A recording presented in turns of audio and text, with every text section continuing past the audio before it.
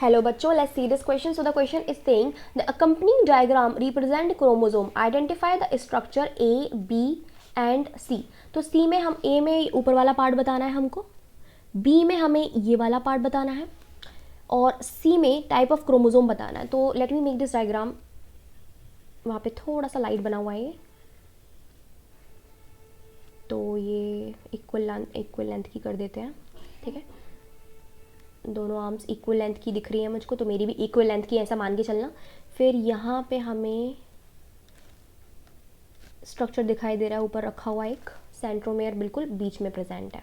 हमसे पूछा जा रहा है ये और सी क्रोमोसोम ही कौन सा है.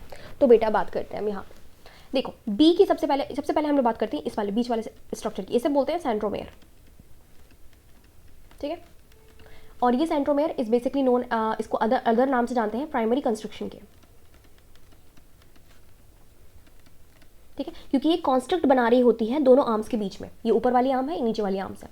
नाउ दोनों आर्म्स की जो लेंथ है वो मुझे बिल्कुल सेम दिखाई दे रही है. तो ये टाइप ऑफ क्रोमोसोम कैसा हो जाएगा? ठीक है, ये टाइप हो जाएगा हमारा मेटासेंट्रिक, क्योंकि यहाँ पे मैं क्या देख पा रही हूँ कि दोनों आर्म जो है वो बिल्कुल सेम है लेंथ में. देखो सेम है लेंथ में, शायद मेरी ना बनी हो लेकिन इनमें बिल्कुल सेम लेंथ में दिखाई दे रही है, इतनी. तो ये हो जाएगा हमारा metacentric chromosome.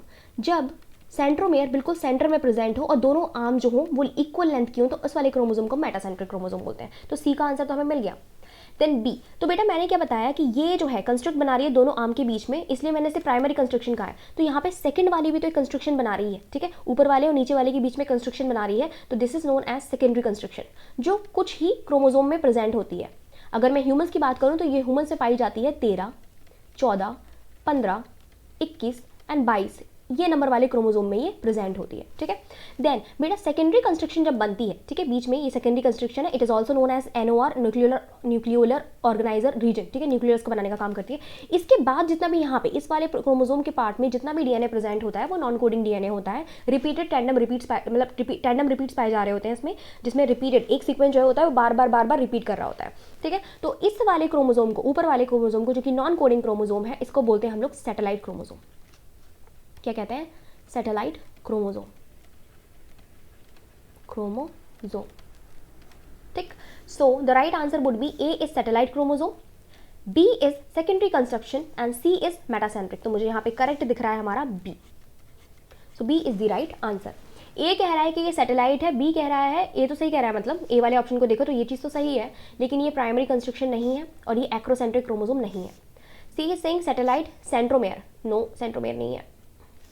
Telocentric. No, telocentric नहीं है. टीलोसेंट्रिक में टर्मिनल पे सेंट्रोमेयर प्रेजेंट होती है और दूसरी आर्म्स होती ही नहीं है, तो ये गलत हो जाएगा. D is